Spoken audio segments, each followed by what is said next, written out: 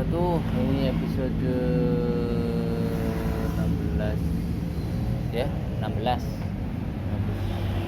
Ya, 16 ya. Yaitu tema tentang keyakinan dan kepercayaan.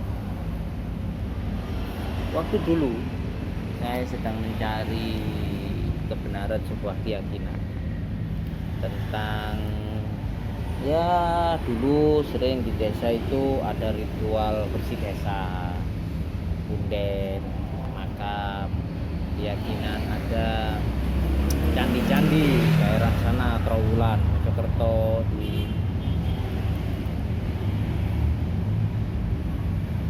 bahkan di kota-kota lain, di Kediri, Blitar, Sidoarjo, Tulungagung, Nganjuk, adalah bekas-bekas candi Pemujan, Candi Borobudur, dan candi-candi lainnya, atau disebut gereja, apapun itu, tempat keyakinan, kepercayaan terhadap Tuhan, apa yang Tuhan Yang Maha Esa, atau sesuatu yang dituhankan.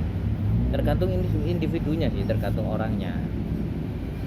Dalam pencarian itu dari mulai SMP sampai dulu sering mondok, lari dari rumah, lari untuk ke pondok, tapi dari pondok satu ke pondok yang lain selalu lurah pondok itu menyuruh pulang. Sudah pulang saja, bantu ibumu di rumah.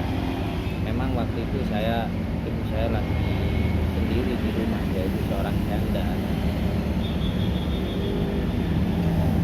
Akhirnya saya pulang, nggak sempat, akhirnya nggak ngaji di pondok lah, ngaji di kampung, ngaji di kiai. Waktu itu ada seorang kiai yang sangat saya kagumi, yaitu ceramah di radio, di TV, ya, dengan julukan Kiai Suci Kauman.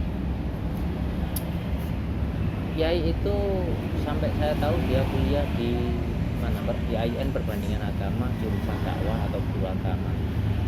Sebenarnya apa sebenarnya agama itu ya? Agama, banyak orang mengartikan sebuah agama itu macam-macam, dari orang yang beraliran yang katanya yang disebut kejawen.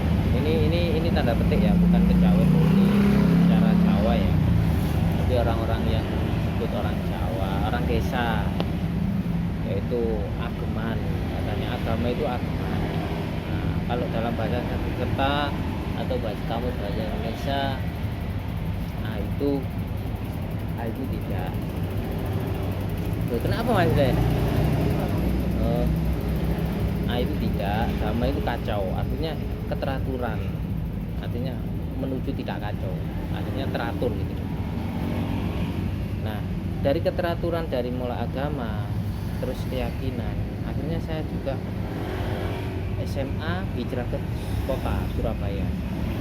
Dari pergaulan kota dan biasanya itu sangat jauh pemikiran kultural sama pemikiran modern, terus sama pendidikan sekolah di Surabaya sama di SMA. Waktu kelas 2 ya pindah ke Surabaya itu. Waktu di kelas itu ada siswa teman saya yang beragama Hindu, agama Kristen. Lalu saya main agama Hindu, saya main ke pura waktu itu, Kenjeran, tahun berapa itu, 98, tahun 99. Terus waktu error ya, demo Trisakti dan lain-lain, dan Surabaya ricuh itu, teman-teman banyak itu yang dari lintas agama. Akhirnya saya diskusi, apa sih sebenarnya kebenarannya itu apa. Kalau sudah menyangkut keyakinan adalah kata hati kita, mana yang sesuai benar. Tapi kalau menurut sesuai dengan ilmu pengetahuan, ada ilmu pengetahuan dengan rumus-rumus kebenaran, seperti matematika dalam kita pelajari di sekolah 2 kali 2 sama dengan 4, 1 tambah 1 sama dengan 2. Tapi dalam ilmu sosial berbeda lagi. Begitu juga dengan keyakinan dan agama. Keyakinan ada peranata-peranatanya sendiri. Ada yang lengkap, ada yang tidak lengkap, ada yang dilebihkan, ada yang dikurangi. Itulah sebuah keyakinan atau kepercayaan. Misal keyakinan Jawa, ada yang mengatakan keyakinan Jawa disebut dulu Kapitayan, ada yang menyebutnya agama Jawi Wisnu, ada yang menyebutnya keyakinan Jawa kuno, ya, tan keno koyo, tan keno kino yo ngopo. Nah, itu istilah-istilah sebutan sesuatu yang dimahagaibkan, sesuatu yang diyakini kemaha tunggalan. Nah, namun kalau kita dasari misalnya rumus secara ilmiah ya, katakanlah Tuhan, terus malaikat, nah terus kitab, terus nabi, terus umat. Nah, dari rumusan ini nanti kita bisa memilah mana yang sesuai dengan hati nuraninya. Kalau sebuah konsep keyakinan zaman dulu, kalau kita tanya mana Tuhannya, konsepnya apa, banyak macam-macam konsep. Ada yang itu tadi kan keno inoyo ngompo, ada yang ada yang sampai saya lupa ya, Tuhan yang Maha Esa, ada yang nyebutkan bahwasanya Sang Maha Gaib atau Sang Maha Kuasa.